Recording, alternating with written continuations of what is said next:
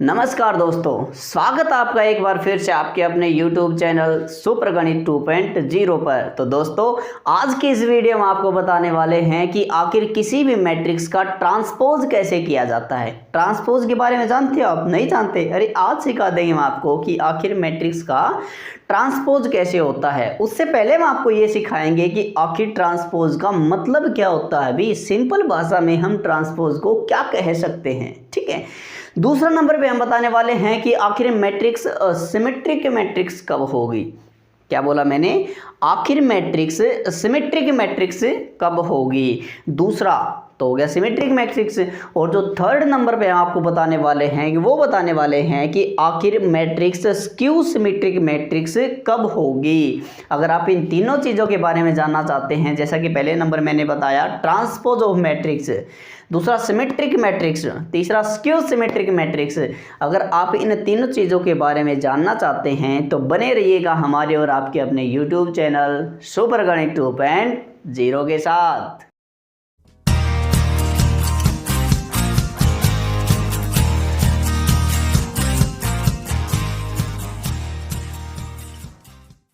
तो चलिए दोस्तों, शुरू करते हैं आज की वीडियो को। दोस्तों, आपको सबसे पहले यही सीखना होगा कि आखिर ट्रांसपोज का मतलब क्या होता है, कि आखिर ट्रांसपोज का मीनिंग क्या होता है। तो सबसे पहले मैं आपको बता दूं कि इसको ना थोड़ा सा दो टुकड़ों में पढ़ के देखिए।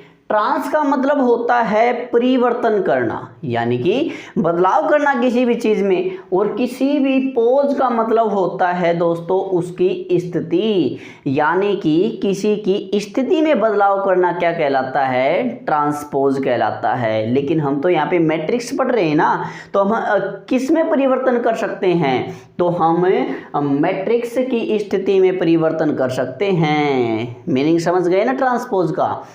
ट्रांसपोज क्या होता है कि मैट्रिक्स की स्थिति में परिवर्तन कर देना मैट्रिक्स का ट्रांसपोज कहलाता है। सबसे पहले मीनिंग समझ में आ गया। अब चलते हैं कि आखिर मैट्रिक्स की स्थिति में ये बदलाव कैसे करेगा। तो सबसे पहले देखते हैं दोस्तों, एक इसकी डेफिनेशन दे रखी है, पढ़ लेते हैं एक बार फॉर्मेलिटी के लिए, फिर आपको मैं समझाता हूँ कि आखिर ये डेफिनेशन कहना क्या चाहती है। जैसे कि if A be an m by n matrix then the matrix obtain by interchanging the row and column of matrix A. लगता है आपको कुछ समझ में नहीं आया। मैं आपको समझाता हूँ आखिर इस डेफिनेशन में क्या लिखा हुआ है। सिंपल सी बात है दोस्तों, अगर आपको कोई भी मैट्रिक्स दी हुई हो ए, ठीक है, इस मैट्रिक्स का कोई ना कोई ऑर्डर भी होगा। जैसे कि ये मैट्रिक्स आपकी 2x2 ऑर्डर की है, ठीक है ना। इस मैट्रिक्स का कुछ ना कुछ ऑर्डर है, जिसका ऑर्डर क्या है? 2x2 मैट्रिक्स है। इस ट्रांसपोज का मतलब क्या होता है कि आपको ये पता ना मैट्रिक्स की रो और कॉलम क्या होती है। पिछली वीडियो देखी ना आपने, रो कौन सी होती है इसकी? जो ये वाली लाइनें होती हैं, और कॉलम्स होती हैं इसकी ये वाली लाइनें, खड़ी वाली लाइनें। तो दोस्तों, ट्रांसपोज का मतलब होता है मैट्रिक्स का कि आप किसी भी मैट्रिक्स की रो को तो कॉलम बना दो और कॉलम को रो बना दो। हैं, ये क्या हुआ? अभी ऐसे कैसे बना दें? तो देखिए, ऐसे ही बनाते हैं। जैसे कि ये हमारी मैट्रिक्स की पहली रो दे रखी है 2 और -3, इसका कॉलम कैसे बनाएंगे हम? 2 और -3 ना, तो इसका ट्रांसपोज बनाते वक्त क्या कर देंगे हम? इसको ऐसे कर देंगे, ठीक है।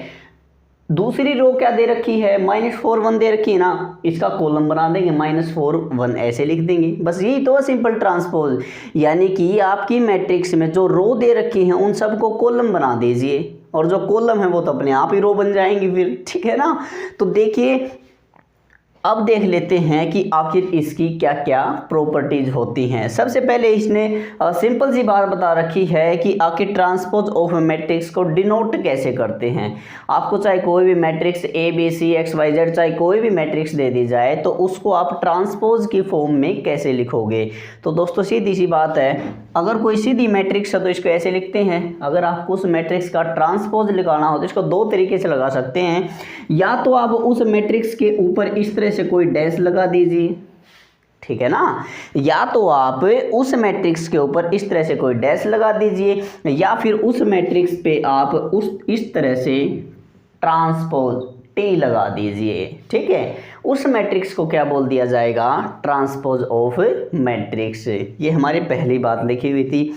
अब दूसरी बात देखते हैं कि ए मान ले कोई मैट्रिक्स है और उसका ऑर्डर m/n है, यानी कि सिंपल से कोई भी एग्जांपल मान लेते हैं कि उस मैट्रिक्स का मान लिया हमने ऑर्डर है 2/3 मैट्रिक्स, ठीक है ना। उस मैट्रिक्स का ऑर्डर कितना है, 2/3 मैट्रिक्स है। तो अगर हम मैट्रिक्स का ट्रांसपोज निकाल देंगे तो उस मैट्रिक्स का ऑर्डर कितना हो जाएगा, n/m। n/m कहने का मतलब है अगर सीधी मैट्रिक्स का ऑर्डर 2/3 है तो उसका ट्रांसपोज करने के बाद उसका ऑर्डर कितना हो जाएगा, 3/2 हो जाएगा। हमने यही तो बताया अभी कि रो तो जितनी है वो सारी कॉलम बन जाएंगी और जितनी कॉलम है वो उनको रो बन जाएंगी, ठीक है। यही तो होता हमारा ट्रांसपोज ऑफ मैट्रिक्स, ठीक है। अब अगली चीज देखते हैं कि इसकी 3 प्रॉपर्टीज दे रखी हैं। आखिर ट्रांसपोज की प्रॉपर्टीज क्या क्या होती हैं। जो सबसे पहली प्रॉपर्टी है उसमें दे रखा है कि अगर आप किसी मैट्रिक्स का डबल ट्रांसपोज हैं, अगर आप किसी मैट्रिक्स का डबल ट्रांसपोज कर देते हैं ना तो सेम वही मैट्रिक्स आ जाती है। अब ये आपके सामने प्रूव करके दिखाता हूं मैं।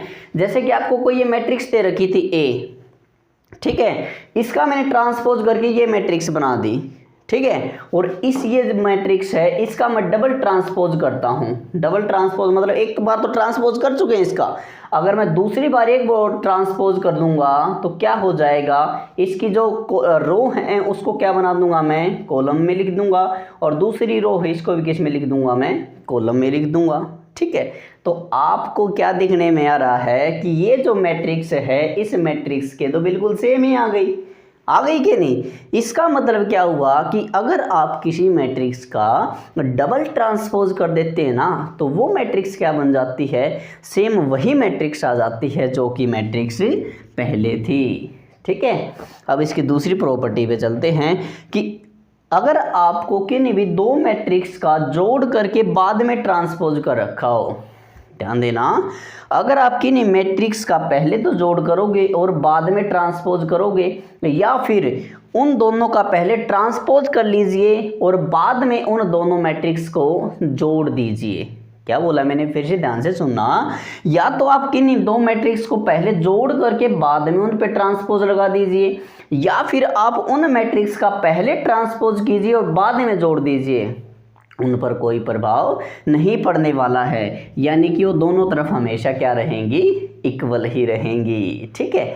अब देखते हैं हमारी तीसरी प्रॉपर्टी।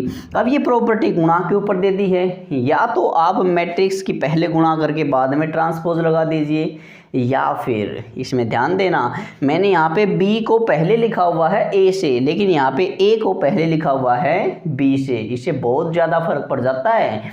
हमारे सिंपल सा जो भाषा है, जैसे कि 2 को 3 से गुणा कर लो 6 आएगा, 3 से को 2 से गुणा कर लो तो भी 6 आएगा, लेकिन मैट्रिक्स में ऐसा नहीं है। अगर आप A को B से गुणा करते हैं तो इसकी गुणा कुछ आएगी, लेकिन अगर B को A से गुणा करते हैं तो इसकी गुणा अलग आएगी। तो अगर आप A गुणा P करके बाद में ट्रांसपोज करते हैं तो इक्वल होगा B transpose into A transpose को। तो दोस्तों आपको जो सबसे ज़्यादा फोकस करना है इस बात पे ट्रांसपोज में, तो केवल 2 ही बातें बताता हूँ आपको। एक तो आपको पता होना चाहिए कि आप किसी भी मैट्रिक्स का ट्रांसपोज कैसे करोगे, ठीक है ना। एक तो आपको पता होना चाहिए कि किसी भी मैट्रिक्स का ट्रांसपोज कैसे करोगे। सीधी सी बात हमने अभी बता दिया कि रो को तो कॉलम बना दीजिए, ठीक है। जितनी भी आपको रो दिख रही हैं उनको कॉलम बना दीजिए। जैसे कि हमारे साइड में यहाँ पे कुछ एग्जांपल्स भी आ रहे होंगे कि हमने बताया कि जितनी देखो रो दिख रही हैं इन सब का क्या बना दिया गया है, कॉलम बना दिया गया है, ठीक है।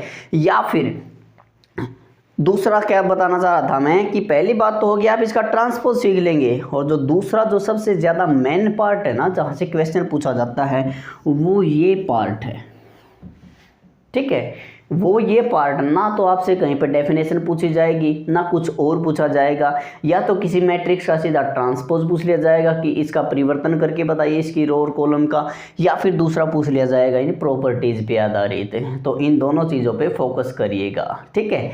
तो दोस्तों चलते हैं अब हमारी सिमेट्रिक और स्क्यू सिमेट्रिक, इन 2 चीज़ों को और सीख लेते हैं कि आखिर सिमेट्रिक मैट्रिक्स और स्क्यू सिमेट्रिक मैट्रिक्स क्या होती है। तो आइए दोस्तों अब देखते हैं कि आखिर सिमेट्रिक मैट्रिक्स और स्क्यू सिमेट्रिक मैट्रिक्स आखिर क्या होती है। मैं आपसे फिर से वही बात कहूँगा कि आप इनके नाम को देखकर बिल्कुल भी भावुक मत होइएगा, बिल्कुल आसानी से समझते हैं। जैसे कि सिमेट्रिक मैट्रिक्स का देखो मतलब क्या होता है। सबसे पहले तो हम ये पढ़ लेते हैं कि ये आखिर क्या लिखा हुआ है। ए स्क्वेयर मैट्रिक्स, यहाँ पे मैंने स्क्वेयर मैट्रिक्स क्यों लिख रखा है, क्योंकि कोई भी सिमेट्रिक मैट्रिक्स, कोई भी मैट्रिक्स सिमेट्रिक तभी हो सकती है जब वो एक स्क्वायर मैट्रिक्स होगी। सबसे पहली कंडीशन याद रख लीजिए, अगर कोई मैट्रिक्स स्क्वायर मैट्रिक्स नहीं है तो वो मैट्रिक्स आपकी स्क्वायर सिमेट्रिक मैट्रिक्स भी नहीं होगी। तो सबसे पहले कोई भी अगर square matrix is said to be symmetric, किसी भी सिमेट्रिक मैट्रिक्स को किसी भी स्क्वायर मैट्रिक्स को सिमेट्रिक मैट्रिक्स तब बोला जाता है जब वो मैट्रिक्स बराबर होती है उस मैट्रिक्स के ट्रांसपोज के। समझ गए बात को। किसी भी स्क्वायर मैट्रिक्स को सिमेट्रिक मैट्रिक्स तब बोला जाता है जब वो मैट्रिक्स बराबर होती है किसी मैट्रिक्स के ट्रांसपोज के, यानी कि उस मैट्रिक्स का चाहे तो ट्रांसपोज कर लीजिए या फिर वैसे रहने दीजिए, वो बिल्कुल सेम रहेगी। उस मैट्रिक्स को क्या बोला जाता है, सिमेट्रिक। देखो सिमेट्रिक से नाम से शुरू में क्या निकल के आता, सेम सेम, मतलब सब जगह सेम रहे उसको क्या बोलते हैं, सिमेट्रिक। चाहे ट्रांसपोज कर लो चाहे ना करो उसको क्या बोलेंगे, सिमेट्रिक बोलेंगे। वो हमेशा समान ही रहते हैं। अब जैसे कि दो एग्जांपल लिखे हुए हैं हमारे सामने, इसको देखते हैं। सबसे पहले ट्रांसपोज करना मैंने आपको भी सिखाना, अब आप बताओ मेरे को कैसे करूं।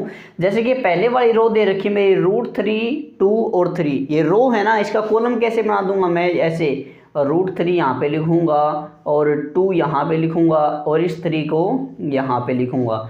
पहले वाली कॉलम का काम हो गया ना, हमने इसको रो बना दिया। ठीक है, अब किस पे चलते हैं, दूसरे वाली रो पे। दूसरे वाली रो को क्या बनाएंगे, दूसरे वाला कॉलम बना देंगे। ये क्या है भाई, 2 - 1.5, इस 1 को लिख देंगे -1 यहाँ पे। ठीक है, अब चलते हैं इसकी थर्ड वाली रो पे। थर्ड वाली रो को यहाँ पे क्या बना देंगे, कॉलम बना देंगे। वैसे सीधी सी बात है, यानी कि यहाँ पे क्या लिखा हुआ है 3, आगे -1 और यहाँ पे क्या है 1। अब आप इनको चेक करिए, क्या इस मैट्रिक्स में और इस मैट्रिक्स में आपको कोई फ़र्क दिखाई दे रहा है, लेकिन आपने तो इसका ट्रांसपोज कर दिया फिर भी कुछ फ़र्क नहीं पड़ा। यही तो मैं आपको बताना चाह रहा हूँ, जिस मैट्रिक्स में ट्रांसपोज करने पर भी उस मैट्रिक्स में कोई फ़र्क नहीं पड़े ना, उसी मैट्रिक्स को क्या बोला जाता है, सिमेट्रिक मैट्रिक्स बोला जाता है। अब चलिए एक बार और प्रूव करके दिखाते हैं हम आपको। जैसे कि यहाँ पे बी मैट्रिक्स, इसका ट्रांसपोज करते हैं 1 - 1 5 पहली रो में दे रखा है, इसका कॉलम बनाएंगे तो लिख देंगे भाई 1 - 1 और 5, सीधी सी बात है। अब दूसरे वाली रो का जब कॉलम बनाएंगे तो इसका भी लिख देंगे -1 2 और 1, -1 2 1। ठीक है, अब इस पे चलें थर्ड वाली कॉलम को, इसको थर्ड वाली रो पे चलते हैं, इसको थर्ड वाला कॉलम बना देते हैं 5 1 3। अब इसको भी चेक कर सकते हो आप, क्या इस मैट्रिक्स में और इस मैट्रिक्स में आपको कोई फर्क पड़ रहा दिखाई दे रहा है, लेकिन यहाँ पे तो आप ट्रांसपोज कर चुके हो। इसी को क्या बोलते हैं, सिमेट्रिक मैट्रिक्स। यानी कि ट्रांसपोज करने पर भी जिस मैट्रिक्स पर कोई प्रभाव नहीं पड़े उस मैट्रिक्स को क्या बोला जाता है, सिमेट्रिक मैट्रिक्स बोला जाता है। तो दोस्तों आप समझ गए होंगे कि आखिर सिमेट्रिक मैट्रिक्स क्या होती है। अब हम देख लेते हैं कि आखिर स्क्यू सिमेट्रिक, क्या बोला मैंने, स्क्यू लगाने से सिमेट्रिक पर क्या प्रभाव पड़ जाता है। सिमेट्रिक तो आप पढ़ चुके हैं, जिसमें ट्रांसपोज का कोई प्रभाव न पड़ता हो, सेम मैट्रिक्स होती है, उसको सिमेट्रिक मैट्रिक्स बोलेंगे। लेकिन स्क्यू सिमेट्रिक मैट्रिक्स क्या होती है, चलिए पढ़ लेते हैं एक बार। ए स्क्वेयर मैट्रिक्स, इसमें भी क्या पहले लिखा हुआ स्क्वेयर मैट्रिक्स, यानी कि किसी भी मैट्रिक्स को सिमेट्रिक या फिर स्क्यू सिमेट्रिक बनाने के लिए उस मैट्रिक्स का स्क्वेयर मैट्रिक्स यानी कि सेम रो सेम कॉलम होना जरूरी है। ठीक है, तो सबसे पहले square matrix is said to be skew symmetric if transpose of A equal to minus of A, यानी कि आप अगर किसी मैट्रिक्स का ट्रांसपोज कर देते हैं ना तो उसके इक्वल हो जाता है उस मैट्रिक्स के माइनस ए के, यानी कि माइनस 1 से गुणा करने के। अब जैसे कि इस एग्जांपल से हम आपको प्रूव करके दिखाते हैं कि आखिर स्क्यू सिमेट्रिक मैट्रिक्स हमको क्या कहती है। सबसे पहले तो हम क्या करते हैं, इस ए मैट्रिक्स का हम क्या कर लेते हैं भाई, ट्रांसपोज कर लेते हैं। जैसे कि ये रो है ना, इसका क्या बना देंगे हम यहाँ पे कॉलम, क्या लिखा हुआ है 0 E और F बना दिया। अब इस दूसरे वाली रो को क्या बना देंगे यहाँ पे, दूसरे वाला कॉलम -E 0 और G, ठीक है। अब इस थर्ड वाली कॉलम रो को यहाँ पे क्या बनाते हैं, थर्ड वाला कॉलम, यहाँ पे -F -G और 0, ठीक है। ये हमने क्या कर दिया, इस मैट्रिक्स का ट्रांसपोज कर दिया। और अब हम करते हैं इस मैट्रिक्स को -1 से गुणा, इस मैट्रिक्स को -1 से गुणा करते हैं। ए को -1 से गुणा करने का मतलब है कि अंदर जितने भी आपके एलिमेंट है ना, जितने भी फंक्शन है, उन सब का बस साइन चेंज हो जाएगा। लेकिन याद रखना 0 पर किसी भी साइन का प्रभाव नहीं पड़ता है, क्योंकि 0 कभी भी माइनस या प्लस के नहीं होती, 0 तो एक बस पूर्णांक होता है, ठीक है। तो देखो यहाँ पे जब हम 0 को माइनस से गुणा करें कोई फर्क नहीं पड़ने वाला, ई को माइनस से गुणा करेंगे तो माइनस का ई हो जाएगा, एफ को माइनस से गुणा करेंगे तो माइनस का एफ हो जाएगा, माइनस ई को माइनस से गुणा करेंगे तो प्लस का ई हो जाएगा। 0 पे फिर से कोई प्रभाव नहीं पड़ने वाला, जी यहाँ पे प्लस वाला है तो माइनस का हो जाएगा, एफ माइनस है तो यहाँ पे प्लस का एफ हो जाएगा, माइनस जी है तो यहाँ पे प्लस का जी हो जाएगा, 0 है तो यहाँ पे 0 ही रहेगा। अब आप खुद देखिए इसको, क्या ये मैट्रिक्स और ये मैट्रिक्स आखिर में इक्वल है क्या नहीं आपस में, अरे हैं क्या नहीं इक्वल। तो इसका मतलब क्या हुआ कि हम स्क्यू सिमेट्रिक मैट्रिक्स किस मैट्रिक्स को बोलेंगे, जिस मैट्रिक्स का ट्रांसपोज इक्वल होता है उस मैट्रिक्स के नेगेटिव के, यानी कि ये मैट्रिक्स आपस में इक्वल आ गए ना, ये कंडीशन इसने सेटिस्फाई कर दी। इसका मतलब क्या हुआ कि ये मैट्रिक्स, ये जो ए वाली मैट्रिक्स दे रखी है हमारी, कैसी मैट्रिक्स है, स्क्यू सिमेट्रिक मैट्रिक्स है। तो दोस्तों ये तो था आज की हमारी वीडियो में कि आखिर सिमेट्रिक मैट्रिक्स और स्क्यू सिमेट्रिक मैट्रिक्स क्या होता है। सिमेट्रिक मैट्रिक्स में बताया हमने कि जिस मैट्रिक्स पर उसके ट्रांसपोज का कोई प्रभाव नहीं पड़े, यानी कि उसका ट्रांसपोज भी उसी मैट्रिक्स के बराबर आ जाए। और स्क्यू सिमेट्रिक में हमने क्या बताया कि जिस मैट्रिक्स पर उसके ट्रांसपोज का प्रभाव क्या पड़े कि वो उस मैट्रिक्स को नेगेटिव बना दे, यानी कि -1 से गुणा कर दे। तो दोस्तों अगर आपको हमारा लेक्चर पसंद आया है तो हमारी वीडियो को लाइक ज़रूर कीजिएगा, और अगर आप इस चैनल पर नए आए हैं तो चैनल को सब्सक्राइब ज़रूर कीजिएगा। जय हिंद दोस्तों।